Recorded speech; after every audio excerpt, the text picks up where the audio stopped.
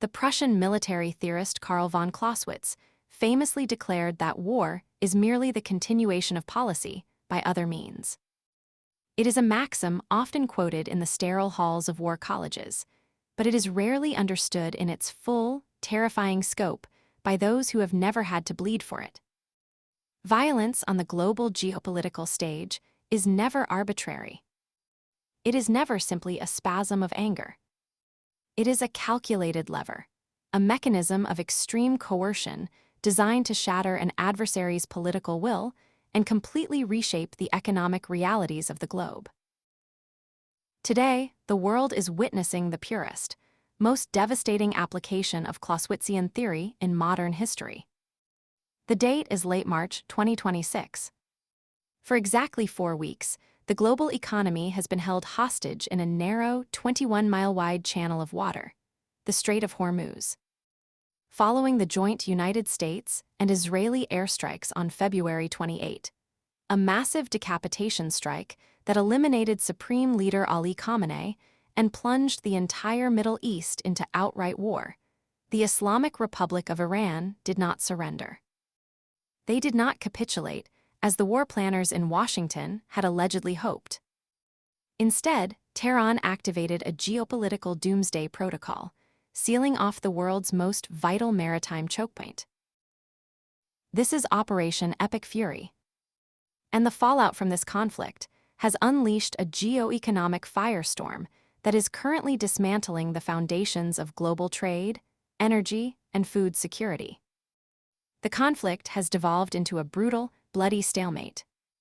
The United States military has launched over 9,000 tactical strikes, claiming to have destroyed a third of Iran's vast missile arsenal and neutralizing over 140 Iranian vessels. The sky above the Persian Gulf is filled with the contrails of F-35 stealth fighters and the smoke of burning radar installations. Yet the strait remains effectively closed to Western shipping. The strategic reality is grim, unyielding, and terrifyingly simple. To break this blockade, the United States military is preparing for the unthinkable. They are preparing for a massive amphibious ground assault on Iranian soil, an operation that will force American troops into the black, suffocating depths of subterranean tunnel networks. This briefing will dissect the multi-layered catastrophe of the 2026 Hormuz crisis. We will map the cascading collapse of the global fertilizer and agricultural markets, exposing how starvation is being used as a weapon of war. We will explore the subterranean fortress of Qeshm Island, an ecological paradise turned into an impregnable missile city. And we will lay bare the agonizing tactical realities awaiting the United States Marine Corps as they prepare to breach the Iranian coastline. Make no mistake, this is not merely a war over crude oil. This is a war over the very sustenance and functionality of the modern world. Act 1. The Geoeconomic Chokepoint and the Asymmetric Blockade. To understand the immense leverage that Iran currently wields, one must first comprehend the sheer, staggering volume of global commerce that has been abruptly paralyzed. The Strait of Hormuz is not just a shipping lane, it is the jugular vein of the global energy market. Before the missiles started flying on February 28, approximately 20 million barrels of crude oil and petroleum products transited this narrow waterway every single day. That volume represents roughly 1/5 of the world's total petroleum liquids consumption, and over a quarter of the entire global seaborne oil trade. When the conflict erupted, the initial shockwaves were felt immediately at the gas pump, echoing the crippling energy crises of the 1970s and plunging global markets into a panic over impending stagflation. The cost of marine insurance for vessels daring to run the gauntlet skyrocketed overnight, moving from a standard 0.25% to over 5% of the total hull value for a single transit.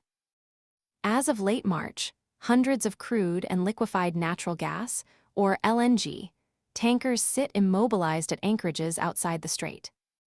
Their operators are paralyzed by the complete withdrawal of war risk insurance and the daily, looming threat of Iranian kamikaze drone swarms dropping from the sky. Alternative routes are a mathematical illusion. The Kingdom of Saudi Arabia has frantically diverted its crude through the east-west pipeline to the port of Yanbu on the Red Sea, desperately trying to bypass the chokehold.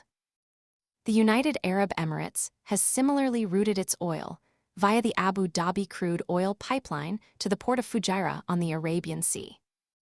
Yet the combined capacity of these bypass pipelines maxes out at a mere 3.5 to 5.5 million barrels per day. Iraq, the world's sixth-largest oil producer, has been forced to slash production in its oil-rich Basra region by a staggering 70%, dropping from 3.3 million barrels per day to just 900,000. Baghdad is attempting to push minor volumes through the Kirkuk-Ceyhan pipeline to Turkey, but the effort is futile against a 20 million barrel deficit. The global market has lost its emergency relief valve. Roughly 4 million barrels per day of spare production capacity held by Iraq, Kuwait, Saudi Arabia, and the UAE. The very capacity meant to stabilize the world during a crisis is physically trapped behind the Iranian blockade. But here is where the brilliance of Iranian strategy reveals itself. The Iranian blockade is not a blunt, physical instrument. They have not simply strung a chain across the water. Instead, under the direction of the newly elevated Supreme Leader Mujtaba Khamenei, the Islamic Revolutionary Guard Corps Navy has instituted a selective, permission-based blockade.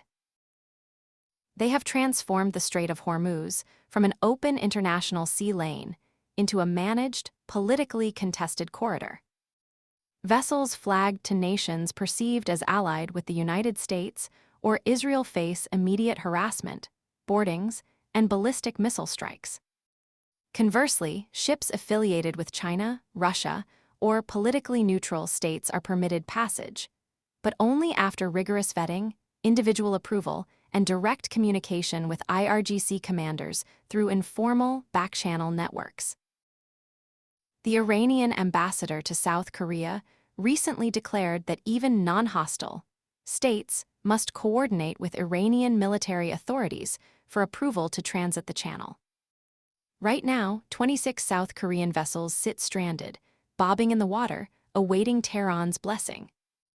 The Thai-flagged cargo ship Mayuri Nari was attacked by Iranian forces on March 11 and subsequently ran aground near Qeshm Island.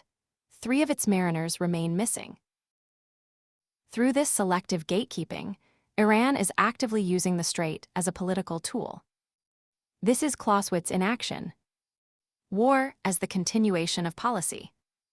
The regime is attempting to fragment Western alliances, forcing individual sovereign nations to bypass Washington and negotiate directly with Tehran for their energy lifelines. It forces the United States into an agonizing choice between relentless escalation or humiliating retreat. By making every U.S. move dependent on how it will impact the security of Gulf allies, Iran weakens Washington's bargaining power. The blockade is a mechanism of political extortion, compelling the adversary to fulfill one's will by holding the global economy at knife point. Act 2. The famine machine and the weaponization of fertilizer. While the world fixates on the ticker tape of crude oil prices, a far more insidious, lethal, and long-lasting crisis is metastasizing in the shadows of the blockade.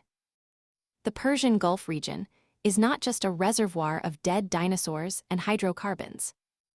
It is the biochemical engine that feeds the planet.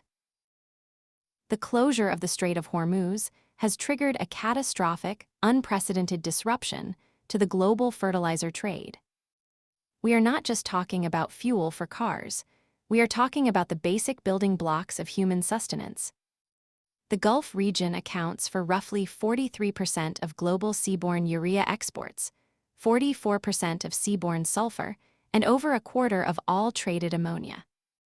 When the bombs began to fall in late February, major Gulf producers immediately declared force majeure, freezing operations across the entire nitrogenous fertilizer spectrum.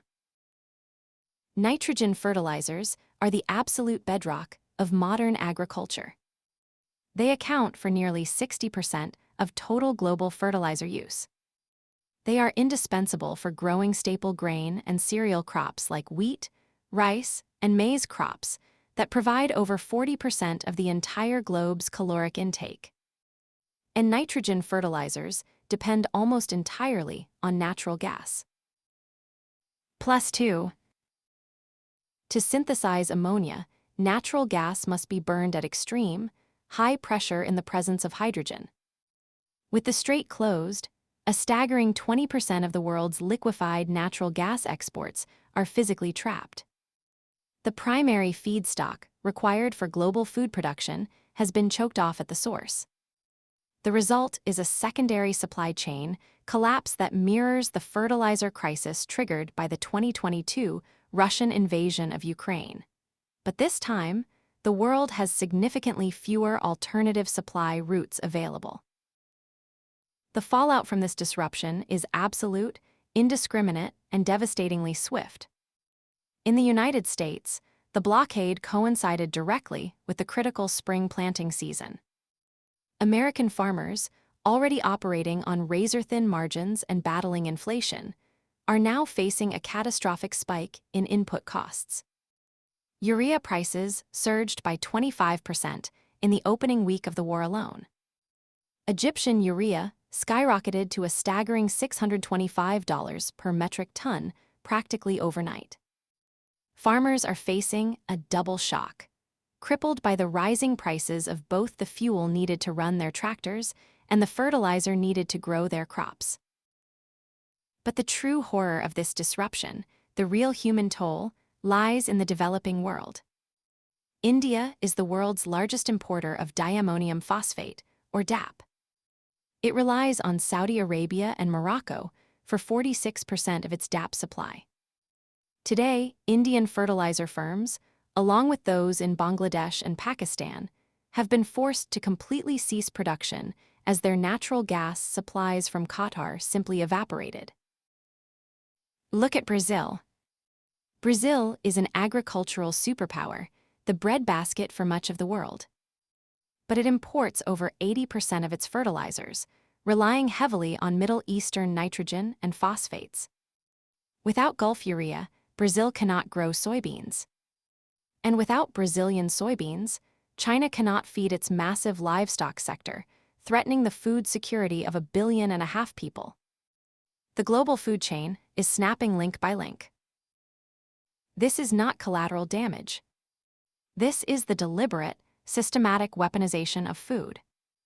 By strangling the fertilizer supply, Iran has effectively unleashed a slow-motion famine machine upon the world.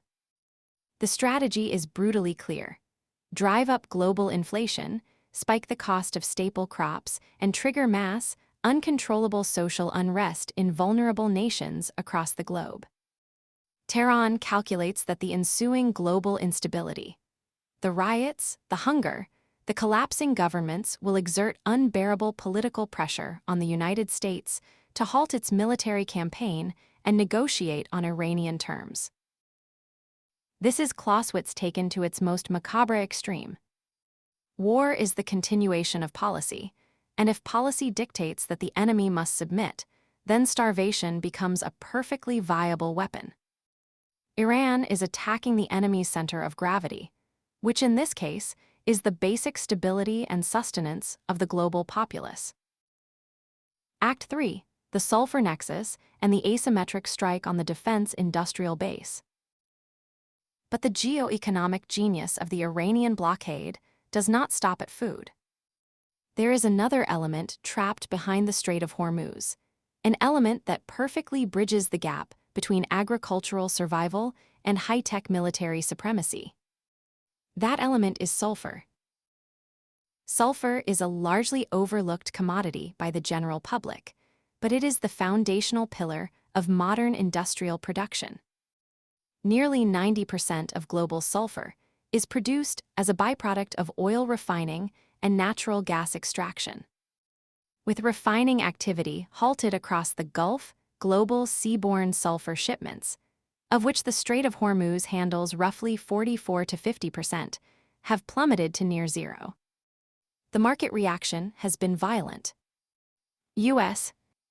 sulfur prices have exploded by 165% year-over-year, climbing above $650 per metric ton, with a 25% surge occurring in just the first few weeks of the war. While sulfur is crucial for synthesizing the fertilizers we just discussed, its primary industrial application is the production of sulfuric acid. Sulfuric acid is the world's most consumed industrial chemical, and it is the absolute, irreplaceable lifeblood of modern critical mineral extraction. To pull copper and cobalt from the low-grade ores of the Democratic Republic of the Congo, you need sulfuric acid. To refine nickel in the sprawling industrial parks of Indonesia, you need sulfuric acid. Without these specific, highly refined metals, the production of microchips, silicon wafers, and semiconductors grinds to an absolute halt.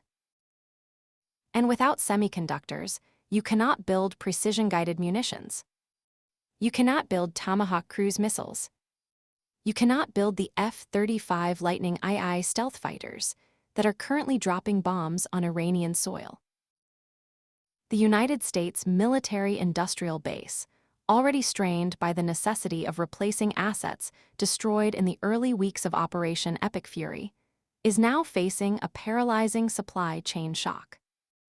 By choking off the flow of sulfur, Iran is not just degrading global agriculture. They are actively degrading the United States' physical ability to manufacture the very weapons required to sustain the war against them. It is a brilliant, devastating, asymmetrical strike against the American war machine, executed without firing a single bullet. The geo-economic feedback loop is complete. War as policy. Policy as economics. Economics is war. Act 4, Qeshm Island, the geological fortress. To break this stranglehold, to restart the flow of oil, fertilizer, and sulfur, the United States must neutralize the source of the threat. The air campaign alone has proven insufficient.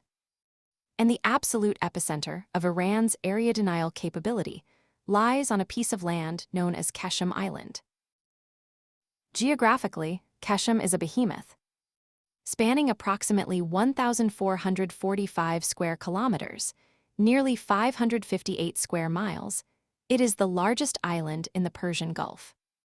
Positioned perfectly parallel to the Iranian coast, it acts as a massive, physical cork clogging the entrance to the Strait of Hormuz. For decades, Qeshm was celebrated by the international community not as a military bastion, but as a crown jewel of ecological diversity. In 2006, it was officially designated as the region's first UNESCO geopark. It is home to the Emerald Hara mangrove forests, a vital breeding ground for migratory birds. It boasts the surreal, wind-carved rock pillars of the Valley of Stars, and the deep, limestone corridors of Chaco Canyon, described by visitors as a natural cathedral of stone. Tourists flocked here to witness its ancient, natural beauty. But beneath this pristine biosphere lies a terrifying, modern reality. Over the past decade, the Islamic Revolutionary Guard Corps has transformed this ecological paradise into what military analysts now call an unsinkable aircraft carrier. Underneath the coral and the salt, the IRGC has constructed a sprawling, impregnable network of subterranean missile cities. The unique geology of Qeshm provides the IRGC with the ultimate passive defense system. The island houses the Namakdan Salt Cave, stretching over 6 kilometers, making it one of the longest continuous salt caves on Earth. The inner chambers of these diapir structures boast incredibly stable temperatures and humidity levels. Due to the deliquescence properties of halite, the salt rock literally absorbs excess moisture from the air, creating an ideal, naturally climate-controlled environment for storing highly sensitive electronics and volatile solid fuel munitions without the risk of corrosion. Moreover, the incredibly dense layers of rock salt and limestone provide absolute, impenetrable immunity to aerial surveillance and conventional bunker-busting ordnance. Some of these bases are excavated up to 500 meters beneath the surface of the Earth. They are effectively immune to anything short of a direct nuclear strike. Inside these labyrinthine tunnels, the IRGC Navy has amassed a deadly arsenal tailored specifically for asymmetrical naval warfare. State-sponsored propaganda footage, authenticated by Western intelligence agencies, reveals vast subterranean corridors lined with rail launchers holding a battle and shod 136 kamikaze drones. The tunnels house endless rows of uncrewed surface vessels, or USVs, specifically the Sulfur class, packed with high explosives and designed to swarm larger American warships in suicidal waves. The tactical nightmare for the Pentagon is that these weapons are rarely visible on the surface. They are staged deep underground, loaded onto rail cars, wheeled out to concealed launch portals carved into the cliff faces, fired, and then the blast doors are immediately sealed shut before American MQ-4C Triton surveillance drones or orbiting satellites can even register the heat signature. And we must not forget the human shield protecting this fortress. The civilian population of Qeshm, roughly 148,000 predominantly Sunni residents who speak the unique Bandari dialect, are now trapped at ground zero, caught between the overwhelming firepower of the United States military and the IRGC's subterranean war machine. The war has already scarred them. On March 7, American airstrikes targeted a critical desalination plant on Qeshm. The strike, though vehemently denied by the Pentagon and Israel, successfully cut off all freshwater supplies to 30 surrounding villages. Tehran immediately branded the attack a blatant crime and retaliated by launching a massive barrage against U.S. forces at the Jafar base in Bahrain. The island is a powder keg, and the fuse has already been lit. Act 5, the tactical nightmare of boots on the ground. As the calendar turns toward April, the strategic calculus in Washington, D.C. has reached a critical, agonizing inflection point. President Donald Trump has publicly stated that leaving even 1% of Iran's missile capability intact is fundamentally unacceptable. As he starkly noted to his cabinet, a single surviving missile is all it takes to sink a billion-dollar American warship. Despite CENTCOM claiming to have struck over 7,800 targets across Iran, the air campaign has reached the absolute limits of its effectiveness. You cannot bomb what you cannot see, and you cannot permanently neutralize the deep-buried missile cities of Qeshm or the fortified oil terminals of Qeshm Island from 30,000 feet. To restore the flow of global energy, to stop the famine machine, the United States is preparing to escalate the conflict to its absolute, violent extreme. They are sending in the Marines. Under Phase 2 of Operation Epic Fury, the Pentagon has mobilized a massive, terrifyingly lethal amphibious strike force. The Wasp-class amphibious assault ship USS Boxer, accompanied by the San Antonio-class USS Portland and the Whidbey Island-class USS Comstock, is currently accelerating toward the theater. They are carrying the 2,500 highly trained personnel of the 11th Marine Expeditionary Unit. Ahead of them is the America-class USS Tripoli, laden with the 31st MEU, carrying another 2,200 Marines, MV-22 Osprey tiltrotor aircraft, and a squadron of F-35B Lightning II stealth fighters capable of vertical takeoff and landing. The tactical doctrine driving this potential invasion is known as EABO, Expeditionary Advanced Base Operations. The strategy dictates that Marine forces will conduct heliborne and amphibious assaults to seize key chokepoints, like Qeshm Island and Qeshm Island. They will establish small, highly mobile forward operating bases right on the Iranian coastline. They will deploy their own anti-ship missiles to create counter-denial zones, effectively turning Iran's strategy back against it. They must physically occupy the island to neutralize the drone threat, hunt down the launchers, and establish a protective, kinetic umbrella over the shipping lanes. But military doctrine written on whiteboards in Quantico rarely survives the brutal, chaotic friction of reality. The physical occupation of Qeshm Island represents a tactical nightmare of historic, almost incomprehensible proportions. The island sits less than 20 miles from the Iranian mainland. This places any American occupying force in the direct crosshairs of concentrated, mainland-based artillery, rocket artillery, and short-range ballistic missile bombardment. It is akin to setting up a tent inside a shooting gallery.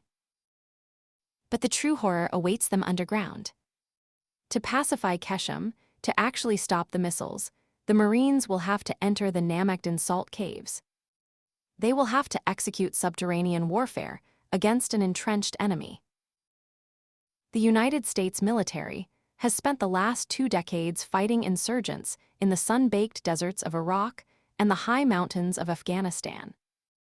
It has fought in the dense, urban sprawl of Fallujah and Mosul. But it possesses dangerously thin, almost non-existent doctrine for fighting deep underground. Deep inside the salt domes of Qeshm, the technological supremacy of the American military vanishes. GPS is completely non-existent beneath 500 meters of rock. Radio communications are blocked by the geology, meaning squads cannot talk to their commanders, and air support cannot be called in. Advanced night vision goggles, which require at least a fraction of ambient starlight or moonlight to function, are blinded by the absolute, primordial absence of light in the deep caves. Marines will be forced to conduct room-clearing operations in total blackout conditions, navigating narrow, labyrinthine tunnels that the IRGC has spent years rigging with explosives. They will face booby traps, ambush points, and the terrifying prospect of fighting in environments filled with toxic fumes, smoke, and depleted oxygen. They will be fighting highly motivated, religiously zealous IRGC operatives in an environment where the enemy controls every choke point, every heavy steel blast door, and every ventilation shaft. It is a meat grinder. It is combat reduced to its most primitive, savage, close-quarters form. The human cost of such an operation will be staggering. Already, U.S. Central Command reports that 303 American service members have been wounded since the war began just a few weeks ago. A forced entry into the missile cities of Qeshm would exponentially inflate those numbers, sending thousands of body bags back to Dover Air Force Base. It will severely test the political tolerance of the American public for a war fought, ostensibly, to secure international shipping lanes and fertilizer supply chains. And yet, under the unforgiving, cold logic of geoeconomics, the United States may have absolutely no other choice. A prolonged diplomatic negotiation, currently being mediated by third parties like Pakistan, buys time, but it leaves the sword of Damocles hanging squarely over the strait. The global economic system, the intricate web of energy, food, and technology that sustains 8 billion human lives, simply cannot survive a permanent, permission-based blockade dictated by the whims of Tehran. Conclusion: the ultimate act of violence. We return, inevitably, inexorably, to Karl von Clausewitz. To the layperson, to the citizen watching the news from the safety of their living room, the deployment of 5,000 United States Marines into the black, suffocating salt caves of an Iranian island might seem like madness. It looks like an escalation devoid of reason, a descent into pure, unadulterated chaos. But viewed through the cold, calculated, unforgiving lens of statecraft, it is not madness at all. It is simply policy, executed through bloodshed. Iran has weaponized the geography of the Earth itself. They have turned the Strait of Hormuz into a political garrote, using the threat of global starvation, collapsing supply chains, and crippling inflation to bend the geopolitical order to their will. They have transformed the pristine coral and salt of a UNESCO heritage site into an engine of area denial, an impenetrable shield protecting their asymmetric arsenal. They have fundamentally altered the rules of the game. For the United States, restoring its economic hegemony, securing the lifelines of global agriculture, and ensuring the survival of its own defense industrial base requires breaking that shield. The impending amphibious assault on Qeshm Island is not merely a tactical maneuver to destroy a few drone launchers. It is the violent, catastrophic collision of two irreconcilable political wills. It is the terrible, unavoidable climax of a war where the battlefield is a dark, subterranean tunnel. The weapons are starvation and stealth fighters, and the ultimate prize is the survival of the modern global economy.